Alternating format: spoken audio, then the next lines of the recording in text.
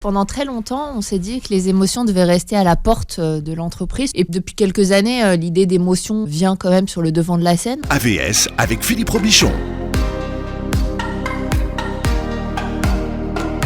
AVS, ça veut dire à votre santé. Bonjour, bienvenue. Ravi de vous retrouver. Alors c'est vrai qu'en début d'année, on se demande comment améliorer tous les aspects de sa vie. On va parler de notre vie professionnelle à travers notre cerveau. Mon invité s'appelle Emmanuel-Joseph Dailly. Bonjour et bienvenue. Bonjour Philippe. C'est comme ça que se prononce votre nom. Absolument. Vous êtes anthropologue de formation, vous avez enseigné aux États-Unis et vous avez travaillé au Proche-Orient avant de rejoindre aujourd'hui le monde du conseil et de l'accompagnement managérial. Depuis un peu plus de 10 ans, vous vous intéressez aux mécanismes de l'engagement et aux neurosciences appliquées au monde de l'entreprise et vous publiez Les talents cachés de notre cerveau au travail aux éditions Erol. Alors finalement, les émotions et l'entreprise, il n'y a pas quelque chose qui cloche dans cette association des deux? Est-ce que franchement, l'entreprise, qui est un univers rationnel, est un monde où on peut convoquer les émotions? Alors c'est intéressant parce que pendant très longtemps, on s'est dit que les émotions devaient rester à la porte de l'entreprise, surtout pas y rentrer. On parlait même de masque managérial, une expression un petit peu affreuse quand on y pense, cette idée de se dire qu'on met un masque quand on arrive au travail. Or, on passe la quasi-totalité de notre vie au travail. Donc, en tout cas, une bonne partie. Voilà, ouais. Donc quelque chose d'un peu triste. Et puis depuis quelques années, l'idée d'émotion vient quand même sur le devant de la scène, parce qu'on les vit tous, on sait que c'est ce qui arrive en premier à notre cerveau. Donc l'émotion apparaît en 3/10 de seconde. C'est-à-dire que l'émotion précède la pensée. Toujours. C'est-à-dire que l'émotion précède la pensée rationnelle, la pensée cartésienne. Derrière chaque décision, il y a une émotion. Derrière chaque intuition, il y a une émotion. Derrière chaque action, il y a une émotion. Donc c'est quand même intéressant de se dire que quand demain, il va y avoir des intelligences artificielles autour de nous, on travaille sur ce qui constitue la chose la plus humaine en nous, à savoir l'émotion. Voilà. Et alors ça rejoint ce qu'on appelle les fameuses compétences de demain, qui commencent à apparaître en entreprise, les soft skills, donc ces fameuses compétences que la machine ne pourra pas remplacer. Alors, la machine pourra remplacer certaines soft skills, mais pas toutes. La machine sera dotée d'une bonne gestion émotionnelle, à savoir qu'elle saura décrypter, par exemple, quand elle vous regardera, elle saura très bien décrypter tous les micro-signaux que vous émettez, qui sont invisibles à l'œil nu. Les battements de votre cœur, les micro-clignements de paupières qui veulent dire que vous êtes peut-être dans un état de stress ou d'anxiété ou de peur et qu'un humain pourra moins bien voir qu'un robot. Mais ce que la machine ne pourra pas faire en termes d'intelligence émotionnelle, c'est avoir un rapport intuitif aux choses. Il y a peu de chances que la machine ait une intuition propre, en tout cas différente de celle de son programmateur. D'accord. Donc alors il y a un très bon chapitre justement sur ce qu'on appelle l'intuition et sur la décision rationnelle qu'on abordera tout à l'heure. Quels sont et quelle est la bonne question à se poser en début d'année quand on se dit qu'on veut améliorer sa vie professionnelle? Alors, améliorer sa vie professionnelle, c'est avant tout améliorer son bien-être aussi dans le quotidien. Il y a deux questions derrière améliorer son bien-être professionnel. Il y a son efficacité professionnelle. Et par efficacité, on entend plein de choses. On entend gestion émotionnelle, prise de décision. On entend relation à l'autre aussi. Et ça, c'est le fameux cerveau social. Relation avec les autres et relation à l'autre. On entend aussi intelligence collective, gestion de notre attention. C'est-à-dire que la capacité d'attention est quelque chose d'absolument central dans nos quotidiens qui sont assez frénétiques, qui vont très vite. Notre capacité à rester concentré sur notre tâche. On sait que notre cerveau divague environ 47% du temps. Alors quand on dit divague, ça veut dire quoi, divaguer? Sort de son activité, pense à autre chose, rêve. Il y a une étude très intéressante qui a été faite sur 80 pays, sur plus de 15 000 personnes et 86 milieux sociaux différents, qui montrent qu'à 47% du temps, notre cerveau est dans autre chose que la tâche pour laquelle il voudrait rester concentré. En tout cas, on voudrait rester concentré sur quelque chose, mais on s'éparpille. Ouais, c'est presque la majorité du temps finalement. Presque la moitié. Alors, il y a 7 chapitres dans votre livre, 7 chapitres qui retracent 7 grandes fonctions cérébrales, pour expliquer comment ça fonctionne. Quelles sont ces fonctions cérébrales ? Alors, on a choisi de commencer par la partie sur les émotions, évidemment. Il y a un cerveau émotionnel, on le sait. On le sait. On commence à le savoir. Voilà, on commence à le savoir. Ça commence à rentrer dans le monde de l'entreprise de plus en plus, avec des demandes sur du travail autour de l'intelligence émotionnelle notamment, hein, qui est un concept relativement nouveau, quand même, l'intelligence émotionnelle, l'intelligence des émotions. Alors, il y a un exemple dans votre livre que j'ai adoré. Donc, si quelqu'un ne répond pas à votre mail dans la demi-heure où vous l'avez envoyé, c'est pas parce qu'il vous déteste. Et ça, c'est quelque chose d'assez important dans un bien-être, finalement. Il faut comprendre ça. C'est pas parce que la personne vous déteste ou qu'elle dénigre votre travail qu'elle vous répond pas dans la demi-heure. C'est ce qu'on appelle aussi la réévaluation cognitive, c'est-à-dire se dire, finalement, tout ne tourne peut-être pas autour de moi, mais peut-être que il n'est pas encore arrivé au travail, peut-être qu'il a d'autres soucis, peut-être qu'il l'a pas vu. Alors, il y a rien de plus affreux maintenant sur WhatsApp que le signalement du message lu. Vu et non répondu. C'est ça, parce que du coup, on hésite presque à lire. De peur de se dire on va voir que je l'ai lu et que j'ai pas répondu. Voilà, mais c'est quelque chose d'assez important dans finalement la santé psychique, de se dire je réévalue la situation différemment, j'y pense sous un autre aspect. Voilà, peut-être que l'autre est dans une autre forme d'émotion à ce moment-là et que c'est pas directement contre moi en tout cas. On voit pas le monde comme il est, mais comme on est. On voit le monde sous un autre prisme, et ça c'est un exercice finalement quotidien. Alors, donc, le cerveau donc émotionnel, quels sont les autres cerveaux que vous distinguez dans votre livre ? Alors, communément, on parle souvent de trois cerveaux, du cerveau cartésien, du cerveau émotionnel et du cerveau reptilien, mais on ne prend pas cet angle-là dans le livre, on prend effectivement les grandes fonctions cérébrales, comme vous l'avez bien mentionné tout à l'heure. Donc, on commence par l'émotion et puis on enchaîne assez naturellement sur la décision. Et on a voulu prendre cet angle-là parce que derrière chaque décision, on sait maintenant qu'il y a une émotion. Et il y a un prix Nobel assez récent qui s'appelle Daniel Kahneman qui a travaillé sur ça. Il y a des psychologues qui ont reçu le prix Nobel d'économie, et je pense à Thaler, à Amos Tversky, pour avoir justement émis l'idée que derrière chaque décision, il y avait une émotion et que les marchés étaient très émotionnels et que pourtant on les pilotait avec des tableaux Excel la plupart du temps, les marchés financiers, alors que tout se fait avec des soubresauts émotionnels. Donc la décision, c'est notre chapitre 2, et on réfléchit dans ce chapitre à la manière dont on prend des décisions de manière intuitive, de manière rationnelle, avec un mélange des deux, un mélange de rationalité et d'émotion. Si j'ai bien compris, c'est toujours un mélange des deux. C'est souvent un mélange des deux. Le mode intuitif est le mode par défaut. C'est-à-dire c'est notre mode de tous les jours. C'est-à-dire que notre cerveau est paresseux, donc... Exactement. Notre cerveau est très paresseux. Pourquoi il est paresseux ? Parce qu'il consomme énormément d'énergie. Il consomme 20% de l'énergie de notre corps, entre 20 et 25. Et pourtant, il pèse moins de 2 grammes. Donc, il pèse, pour un poids comme le mien, d'une 60aine de kilos, il va peser 1,4, 1,7 grammes. Donc, 1,7 kilos, pardon. Donc, il est tout léger par rapport à notre masse corporelle. Et pourtant, il consomme un quart de notre énergie globale. Donc il par défaut, il va se servir de l'intuition. Mais comment vous la définissez, vous, l'intuition ? Alors, le cerveau cherche à s'économiser. Et l'intuition, c'est un mélange de plein de choses. C'est un mélange de subconscient. Et on sait que plus de 90% de l'activité cérébrale est subconsciente. Ça, c'est déjà une donnée très importante. C'est-à-dire que ça se passe au-delà de notre seuil d'accessibilité consciente. Ça se passe de ce qu'on perçoit. De ce qu'on perçoit. Mais on a emmagasiné depuis qu'on est dans le ventre, c'est-à-dire depuis notre vie in utero, plein de choses de manière inconsciente. On sait que le fœtus emmagasine plein d'éléments dès son apparition dans le ventre de sa mère. Donc au fur et à mesure de notre vie, on emmagasine des expériences, des sons, des propos, des lumières, plein d'éléments qui vont constituer ce qu'on est de manière inconsciente.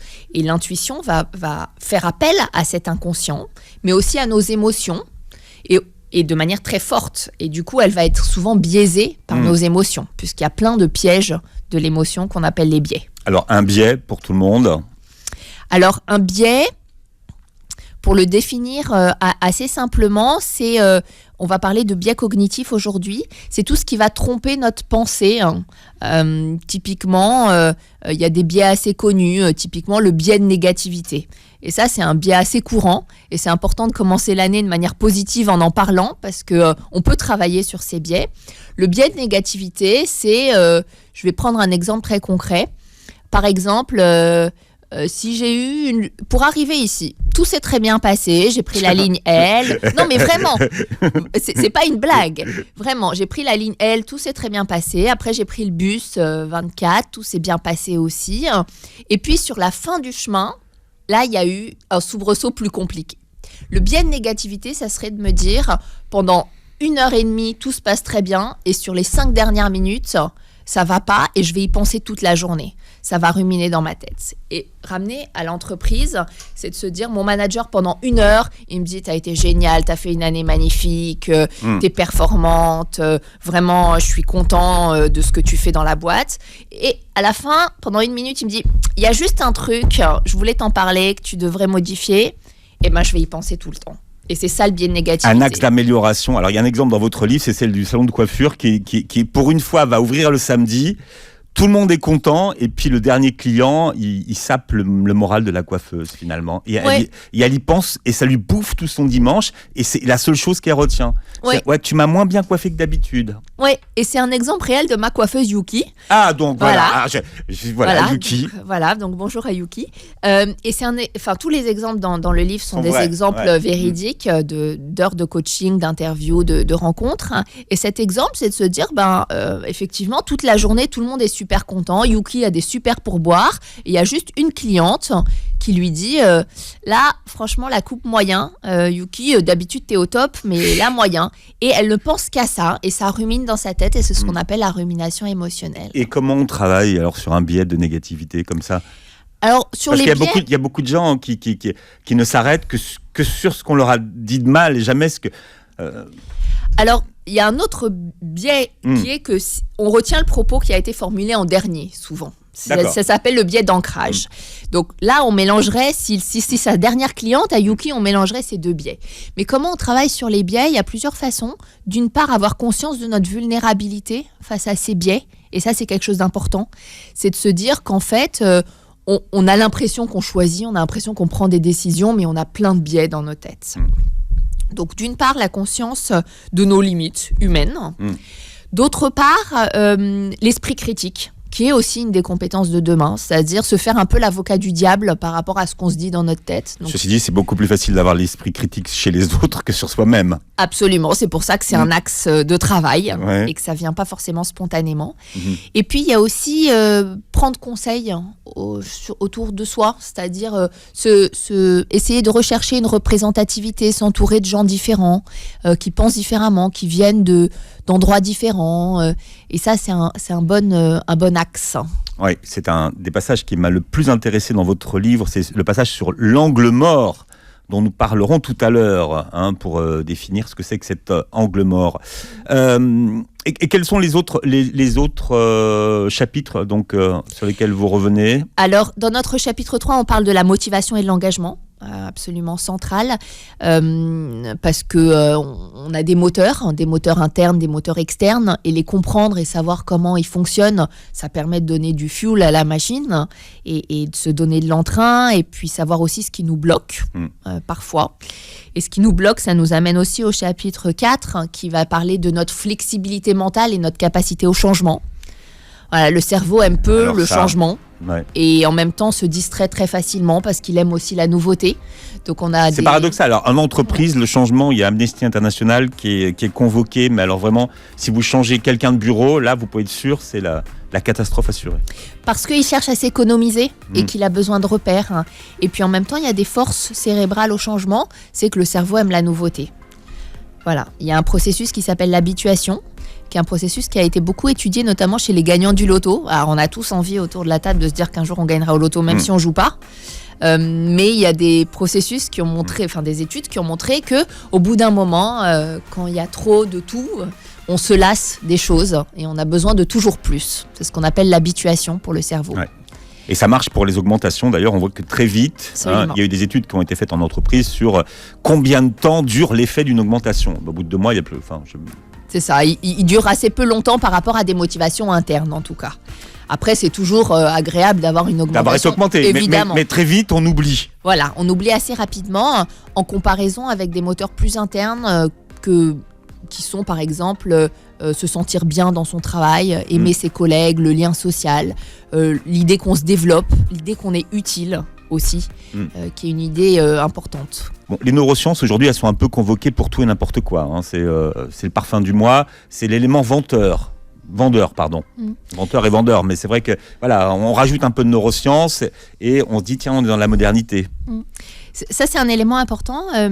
Comme vous le mentionniez, j'ai coécrit le livre avec un chercheur qui est médecin, qui s'appelle Bernard Anselem, et qui a déjà écrit plusieurs livres sur les émotions de manière neuroscientifique, qui est spécialisé en imagerie médicale.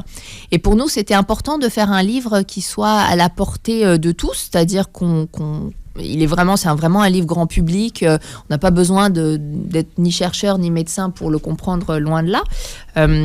Et en même temps, de s'appuyer sur des choses solides. Parce que sinon, ça fait un peu les neurosciences gourous. On met une touche effectivement de neurosciences et donc c'est la vérité vraie. C'est l'argument de vente. Maintenant, voilà. est-ce qu'aujourd'hui les neurosciences expliquent les sièges des émotions, par exemple Alors les neurosciences, ouais.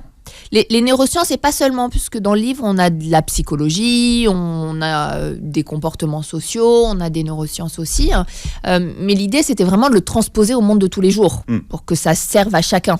Et que chacun puisse s'y reconnaître aussi, parce qu'on a beaucoup d'exemples de tous les milieux professionnels, de petites entreprises, moyennes, grosses, des indépendants, des artisans, que ça puisse nous être utile.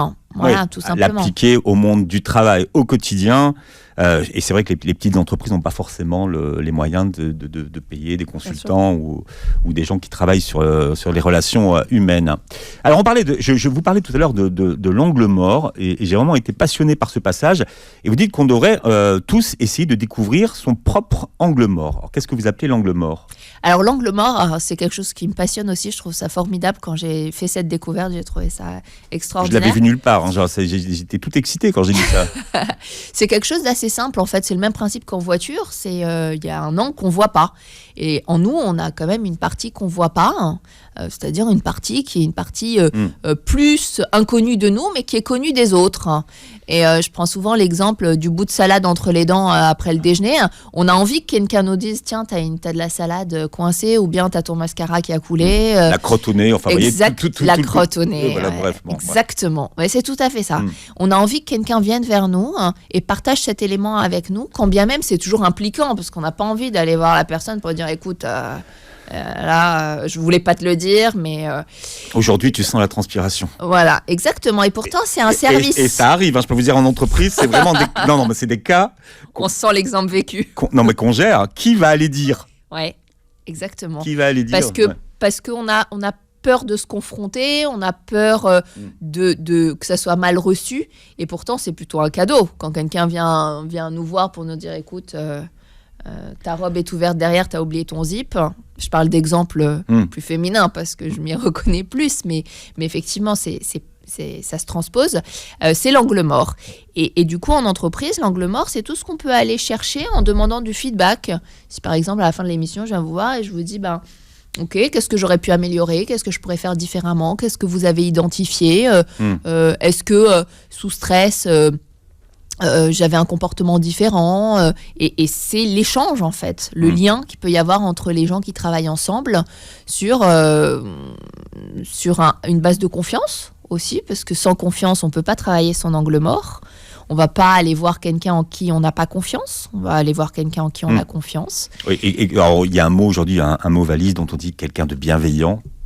Quelqu'un de bienveillant, mais quelqu'un de bienveillant et de confrontant à la fois, parce que quelqu'un de trop bienveillant qui n'ose pas se confronter, du coup, va pas dire. Il risque de pas dire, parce qu'il va dire bon, non, t'étais au top.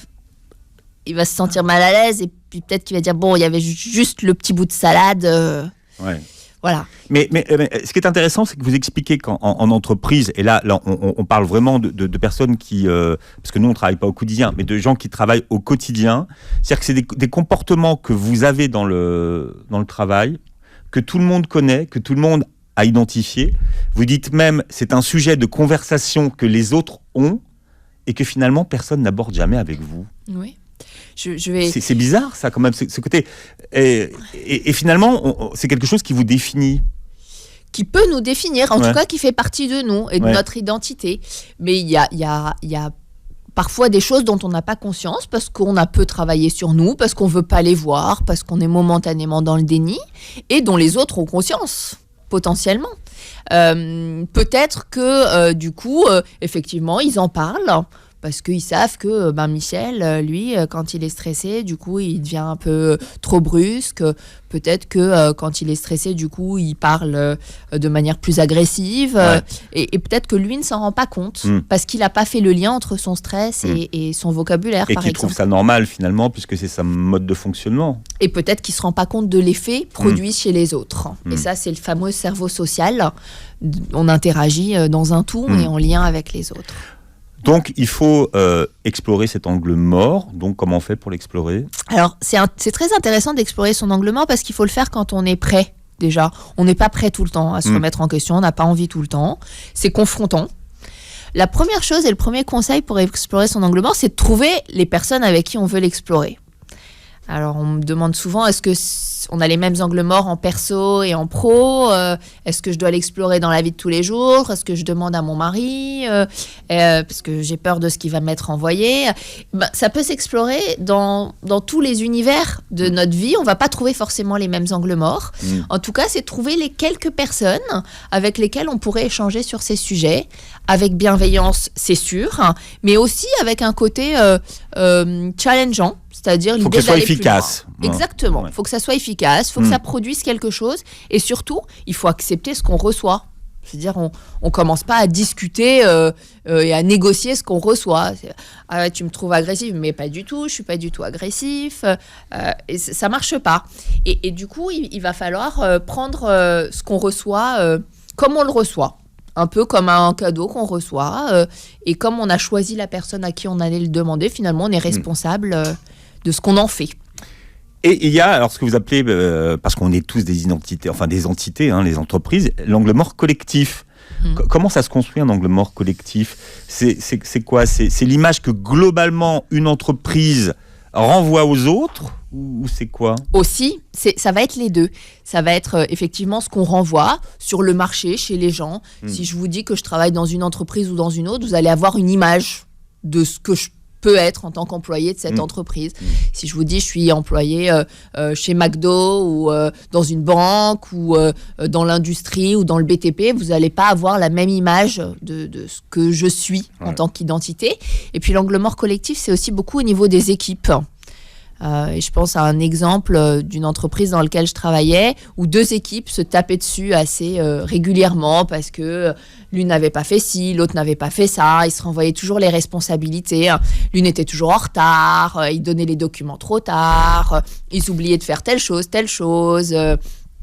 Et travailler sur les images renvoyées, un peu sur des formats vie ma vie, donc viens te mettre à ma place et vois ce que je vis dans mon quotidien pour mieux me comprendre, ça a été intéressant. Et ça, c'est de l'angle mort collectif. Et là, subitement, on voit que la fille de l'accueil, donc qu'on pensait qu'elle foutait rien toute la journée, que la fille est débordée, en fait. Et c'est un bon exemple. C'est quand on se met dans les chaussures de l'autre, et ça, c'est de l'empathie. On se rend compte que le quotidien n'est pas si facile, mais qu'on voit les choses sous notre propre prisme. Vous parlez de l'entretien, enfin des entretiens de recrutement. Est-ce que par exemple, on peut aujourd'hui, lors d'un entretien de recrutement, évaluer l'empathie d'un futur collaborateur, ou c'est quelque chose qu'on ne peut pas évaluer ? C'est une très bonne question. Alors, l'empathie, il y en a partout aujourd'hui. C'est un peu comme l'intelligence émotionnelle.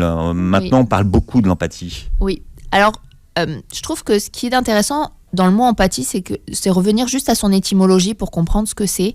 Empathie, c'est la contraction d'em et pathos. Pathos, c'est la souffrance en grec, et em, c'est à l'intérieur d'eux. Donc, c'est se mettre à l'intérieur de la souffrance de l'autre étymologiquement parlant. Et c'est la capacité aussi à se transposer dans ce qu'est l'autre, ce qu'il ressent, ce qu'il pourrait ressentir. Et forcément, ce qu'il ressent, c'est différent de ce que moi je ressens. Pourquoi ? Parce qu'on n'a pas la même histoire, on n'a pas le même vécu. Donc on est des entités différentes.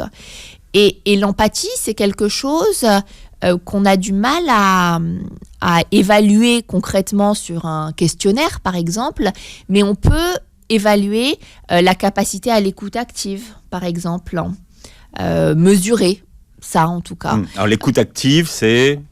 L'écoute active, ça va être la capacité d'écouter l'autre de manière active, c'est-à-dire mon cerveau reste connecté à l'autre, il va rebondir sous une forme de questionnement, il va pas chercher à juger, il va pas chercher à répondre, il va chercher à être dans l'écoute. Et l'écoute active, c'est un terme qu'on peut même dépasser en se disant on est sur une écoute attentionnée, une écoute attentive. Ça veut pas dire qu'on parle toujours, mais écouter, c'est pas seulement se taire. Il y a des accusés de réception que l'autre va entendre. Voilà. Absolument. Tout à fait. On peut écouter sans parler et en étant très actif, néanmoins, par le regard, par le sourire, par la présence physique. Et le non-verbal est quelque chose de très, très intéressant qui marque très fort, en tout cas, l'inconscient. Faites l'exercice parce que souvent, quand vous commencez une conversation, vous commencez à parler de vous et subitement l'autre embraye tout de suite et dit « Ah oui, mais moi… » Et alors là, on n'est pas du tout dans ce qu'on appelle de l'écoute active. Assez peu. On est dans de l'enthousiasme, peut-être. On est dans de l'enthousiasme. Mais c'est important, finalement, parce que cette empathie, ça fait partie des fameuses soft skills, ces nouvelles compétences dont on aura besoin dans l'entreprise de demain, ou même déjà aujourd'hui. Ça fait partie c'est quoi, c'est une intelligence, c'est une émotion, c'est quoi? C'est intéressant, ça va être un mélange peut-être... L'empathie, on n'est pas vraiment dans une émotion sur de l'empathie, on est sur une intelligence de l'autre, mais aussi une intelligence de soi, une intelligence situationnelle, finalement, d'arriver à puiser dans ses propres ressentis ce que peut ressentir l'autre. Je prends souvent l'exemple du mal de ventre. Si vous avez mal au ventre, on ne va pas me demander d'avoir mal au ventre moi-même. Ça serait de la compassion, peut-être. C'est pas de l'empathie. Mais de comprendre ce que c'est. Voilà, de comprendre, de me dire, moi peut-être que j'ai eu mal au ventre une fois, je sais ce que c'est, je sais ce qu'il peut ressentir. C'est ce sentiment de se mettre à la place de l'autre et de puiser en soi aussi dans son expérience personnelle. On parlait des tests d'entretien d'embauche. Aujourd'hui, ça se perfectionne maintenant. On vous fait passer des tests, notamment pour certains postes, et on vérifie si vous avez ces fameuses compétences relationnelles qu'on exige. Alors, et puis ils ont évolué ces entretiens de recrutement, beaucoup même, puisque maintenant on mesure aussi l'intelligence émotionnelle, il y a des questionnaires qui peuvent le mesurer. Mais c'est qu'aujourd'hui les gens se préparent aux entretiens. Ouais. Donc est-ce qu'on peut se préparer à ces tests-là ? Plus difficilement, en tout cas. Y a les questionnaires aujourd'hui qui existent sur le marché pour mesurer ça sont des questionnaires qui ont des millions d'algorithmes derrière, donc qui recroisent un certain nombre d'éléments, qui font que c'est difficile de biaiser ces tests-là. Voilà, c'est comparable à des tests de personnalité Alors, les tests de personnalité mesurent plus de l'inné, quand les tests de compétences mesurent plus de l'acquis. Voilà, l'inné, on est avec... Quand de l'acquis, c'est des choses qui peuvent se développer. Et ce qu'on a aussi voulu montrer dans le livre, c'est que tout ça, on pouvait le développer. On pouvait le travailler. On peut travailler son écoute. C'est pas blanc ou noir. C'est pas soit je suis quelqu'un doué pour l'écoute, soit je suis mauvais pour l'écoute. Ça, on vogue entre les deux dans des zones grises, en fonction aussi de nos propres émotions, de nos propres préoccupations. Un nouveau mot que j'ai appris en lisant votre livre, c'est les nudges. Qu'est-ce qu'on appelle les nudges ? Alors les nudges, c'est ce qu'on appelle les incitations douces. C'est quelque chose qui est apparu assez récemment, qui est très très utilisé en marketing et déjà depuis un moment. C'est tout ce qui va nous inciter sans nous contraindre en tout cas. Et un exemple fabuleux de nudge, c'est à l'aéroport d'Amsterdam, dans les toilettes pour hommes. On s'apercevait qu'il y avait... que c'était sale, voilà. Pipi à côté. C'était au niveau des urinoirs. On visait mal. Ouais. Et ils ont dessiné de petites mouches près du trou où il faut viser. Alors, je m'y connais assez mal en urinoir d'aéroport pour hommes, mais j'ai cru comprendre qu'il y avait un petit trou où il fallait viser. Et donc, la petite mouche est dessinée juste à côté. Et ils ont réduit, et donc, du coup, ça devenait un jeu, ça devenait ludique de viser la petite mouche. Ils ont réduit de 80% leurs frais de nettoyage. C'est un nudge. C'est QFD. Voilà. Et ça fonctionne. Ça fonctionne extrêmement bien. Comme quoi, quand on veut, on peut. Voilà, la SNCF l'utilise pour, par exemple, les chemins organisés. Souvent, les voyageurs, on leur dit, il ne faut pas passer par là, mais si c'est plus court, on passe par là. Et donc, il y avait marqué « ne pas entrer » auparavant, et ils l'ont transformé en « voie sans issue ». C'est tout bête, mais parfois, en changeant l'appellation des choses, en changeant le visuel, ça incite sans contraindre. Voilà, c'est ce qu'on appelle un nudge. Au niveau du cerveau, il se passe quelque chose. C'est une sorte d'une forme de manipulation douce, en tout cas. On n'a pas l'impression d'être contraint dans quelque chose. Voilà, c'est intelligent. En entreprise, nous prenons des décisions à chaque instant. Comment est-ce qu'on fait le bon choix et est-ce qu'on fait le bon choix quand on décide ? Et est-ce qu'il faut chercher à justement faire le bon choix ? Alors j'aime bien cette dernière phrase, c'est que finalement le bon choix, c'est le choix qu'on fait quand on a le résultat qu'on attend. C'est toujours une grande question face à une décision, c'est être sûr de faire le bon choix. Dès 78, il y a un prix Nobel qui s'appelle Herbert Simon qui disait nos décisions ne seront jamais rationnelles. Donc l'idée de vouloir poser tous les éléments sert pas forcément à grand chose. Il faut savoir dresser son intuition, et ça c'est quelque chose, un concept qui m'est cher, c'est de se dire on a une intuition, c'est quelque chose d'humain, c'est quelque chose d'important, elle est basée sur notre inconscient qui est 90% de notre cerveau. Apprenons à l'utiliser de plus en plus et apprenons quand est-ce qu'on doit se fier à notre intuition et quand est-ce qu'on ne doit pas s'y fier. Et on doit s'y fier moins quand on connaît moins le contexte, quand on est en zone plus inconnue aussi. C'est utile de poser des éléments rationnels. Alors, on va prendre un exemple. Il a fait le tour du monde, bien sûr. C'est celui de l'amérissage sur l'Hudson. Comment est-ce qu'à un moment donné, ce pilote d'avion arrive à prendre cette décision en combien de temps ? En quelques fractions de secondes, il la prend. Et c'est très intéressant, cet exemple de l'amérissage sur l'Hudson. C'est l'exemple d'un pilote qui est extrêmement rodé, donc qui a de l'expérience énorme. Il pilote des hydroavions qui amérissent. Voilà, il a fait des... Amérir, ça veut dire se poser sur l'eau. Sur l'eau, exact. Beaucoup d'heures d'entraînement. Il vient de faire un stage intensif. Et il se dit dans sa tête, à ce moment-là, j'ai pas une obligation de résultat, j'ai une obligation de moyens. Je vais faire tout ce que je peux, mais peut-être que je vais pas réussir. Et le fait de se dire ça enlève une certaine dose de tension aussi qu'il a. Il va à l'encontre des ordres qui sont donnés, puisque la tour de contrôle lui dit de ne pas faire ça, mais de faire demi-tour. Et il consulte son copilote. Et là, on voit qu'effectivement, il y a une cogestion de la crise avec son copilote. En quelques microsecondes, il sauve tous les passagers de l'avion. L'appareil est détruit, mais tous les passagers sont sauvés. Et c'est un exemple absolument fabuleux de prise de décision extrêmement rapide, basée sur à la fois quelque chose de cartésien et d'émotif, évidemment, puisque l'émotion est partout, mais aussi d'intuitif. Est-ce que notre cerveau fonctionne de la même façon pour les décisions stratégiques qu'on a en entreprise que pour la décision de est-ce que je vais acheter un pain au chocolat ou un croissant aujourd'hui, est-ce que je vais aller dans telle ou telle boulangerie, enfin voilà, les petites décisions quotidiennes? Alors, au final, effectivement, il y a des décisions du quotidien et des décisions stratégiques. Si je suis en plein régime, le pain au chocolat peut être une décision stratégique aussi. C'est-à-dire que je peux la gérer avec mon instinct et me dire j'ai drôlement envie d'un pain au chocolat. Et en même temps, est-ce que c'est bien ou pas pour moi à ce moment-là ? Est-ce que je vais déjeuner dans pas longtemps ? Donc, je le ramène à quelque chose de plus cartésien, de plus palpable. Et la décision stratégique, c'est pareil. Steve Jobs disait concentrez-vous et recentrez-vous sur ce que votre cœur vous dit pour prendre les décisions. La décision stratégique se prend aussi éminemment avec de l'instinct. Et de plus en plus. Et plus les leaders en seront conscients et seront conscients que c'est leur émotion qui dicte leurs décisions, plus ce sera intéressant de travailler avec eux. Alors, il y a beaucoup de chefs d'entreprise qui nous écoutent. J'aimerais qu'on parle de la motivation et de ce que vous appelez, vous, l'engagement. Qu'est-ce qu'on appelle l'engagement en entreprise ? Alors, c'est de très belles discussions que j'ai eues avec Bernard, avec qui on a coécrit le livre, puisqu'en neurosciences, motivation et engagement, c'est la même chose. Alors qu'en entreprise, c'est très différent. En entreprise, je peux être très motivée par quelque chose, mais pas engagée. Je donne un exemple.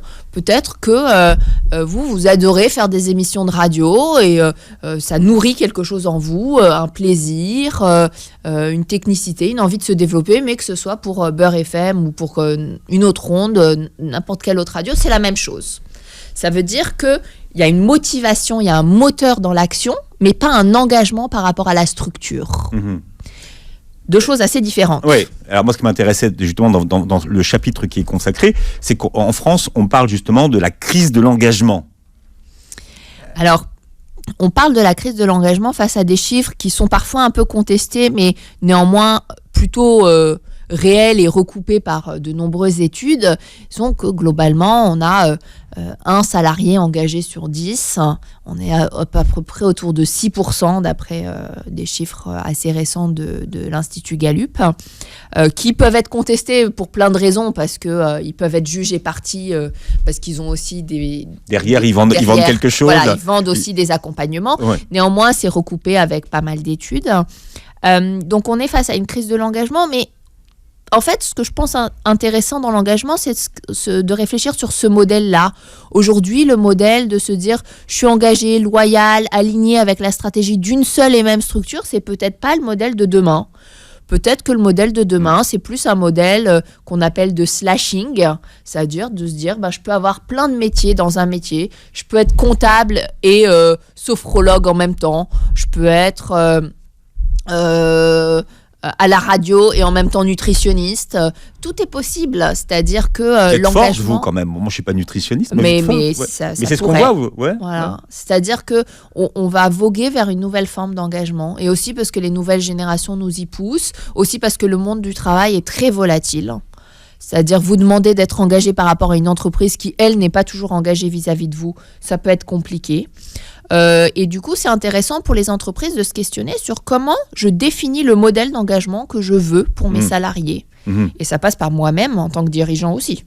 Ça passe toujours par le dirigeant, de toute façon. C'est important. Tout, le management, tout. Vous êtes d'accord pour dire que les entreprises ressemblent à leurs dirigeants ?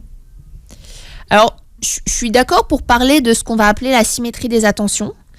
La symétrie des attentions, ça c'est un concept aussi très intéressant. Ouais, c'est un concept de la vie de tous les jours. C'est si je vais acheter ma baguette en bas de l'immeuble là tout à l'heure, ou mon pain au chocolat, on en parlait, et que la boulangère une heure avant a passé un très mauvais moment avec son management, qui lui a fait beaucoup de reproches, qui lui a mal parlé, qui s'est pas bien comporté, qui a pas été très constructif, j'ai peu de chances qu'elle me tende mon pain au chocolat avec un grand sourire en me demandant comment je vais. Et ça s'appelle la symétrie des attentions, c'est qu'on renvoie aux autres ce que nous-mêmes on reçoit. Alors nous, en entreprise, on l'applique en disant finalement, je vais traiter mes salariés comme j'aimerais qu'on me traite moi. Et alors, puis par l'exemplarité. Oui.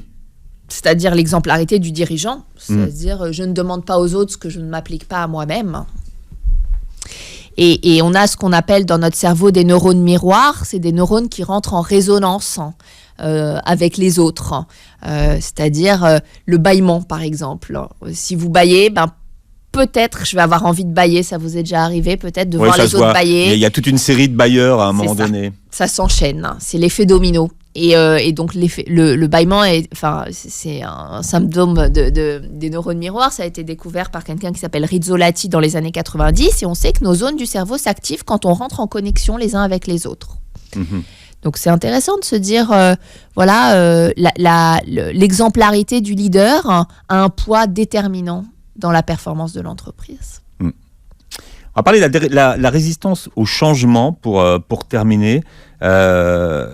Finalement, pourquoi est-ce que on est tellement résistant au changement, alors que notre cerveau, en définitive, a des pouvoirs d'adaptation qui sont d'une rapidité et qu'il est flexible au final? Il est très flexible, c'est la neuroplasticité. Notre cerveau est très adaptable, et puis d'ailleurs on est une espèce qui s'est adaptée à tout depuis la nuit des temps. Des changements de nourriture, des changements de climat, on s'adapte.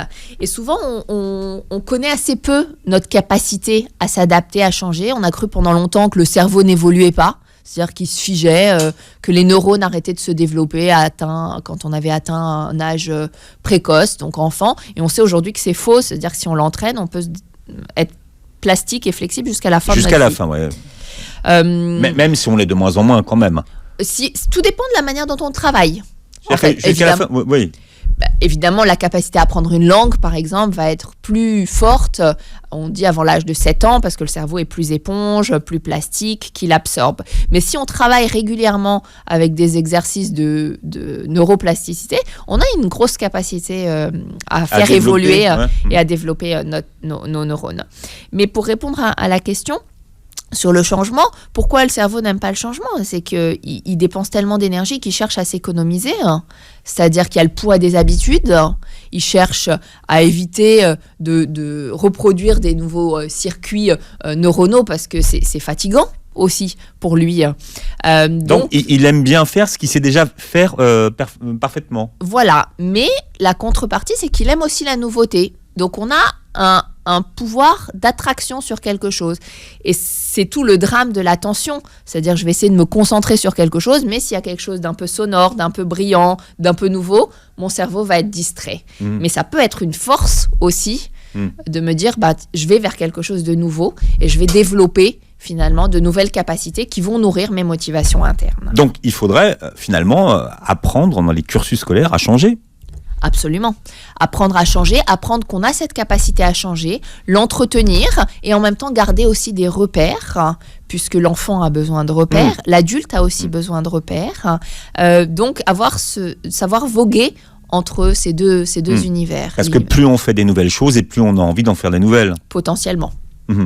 Parce que le cerveau, de toute façon, lui, en tout cas, ne se lasse jamais. Il veut toujours plus. Il veut toujours plus. C'est l'habituation dont on a parlé tout à l'heure. Mais si on fait toujours la même chose, finalement, on n'a pas plus. On n'a pas plus. C'est intéressant d'avoir différemment, en tout cas, d'explorer une palette et encore plus dans le monde de demain, qui est un monde où l'employabilité va être centrale, puisque les machines vont être nos collègues de travail. Peut-être que l'émission de radio sera gérée par un humanoïde dans 15 ans. Et c'est pas un drame, parce que du coup, ça voudra dire que on fait de nouvelles choses, on se développe différemment. C'est pas un drame. Non, parce que ça veut pas dire la fin de l'emploi. Ça veut dire un emploi qui change, qui évolue, qui cohabite. Vous voyez où dans 10 ans ? Est-ce que vous avez déjà répondu à cette question ? Est-ce que vous êtes déjà posé cette question ? Pas du tout. C'est vrai ? Du tout. Non. Non ? Non. Vous même tout à l'heure, je sais pas, cet après-midi. Bien. Donc, just go with the flow. Un peu pour l'instant, ouais. On va vous raccompagner au bus, peut-être. Ça serait bien. Vous voyez, on va prendre des grandes décisions qui changent la vie, vous voyez. Elle s'appelle Emmanuelle Joseph Dailly. Merci du moment qu'on a passé avec vous. C'était passionnant. Je rappelle le titre du livre que vous avez coécrit, Les talents cachés de votre cerveau au travail, aux éditions Erol. Il y a énormément de sujets, donc c'est un bel outil. Voilà, vous en lisez un chapitre par jour et vous êtes refait, comme on dit. Merci d'avoir été avec nous. Merci à vous.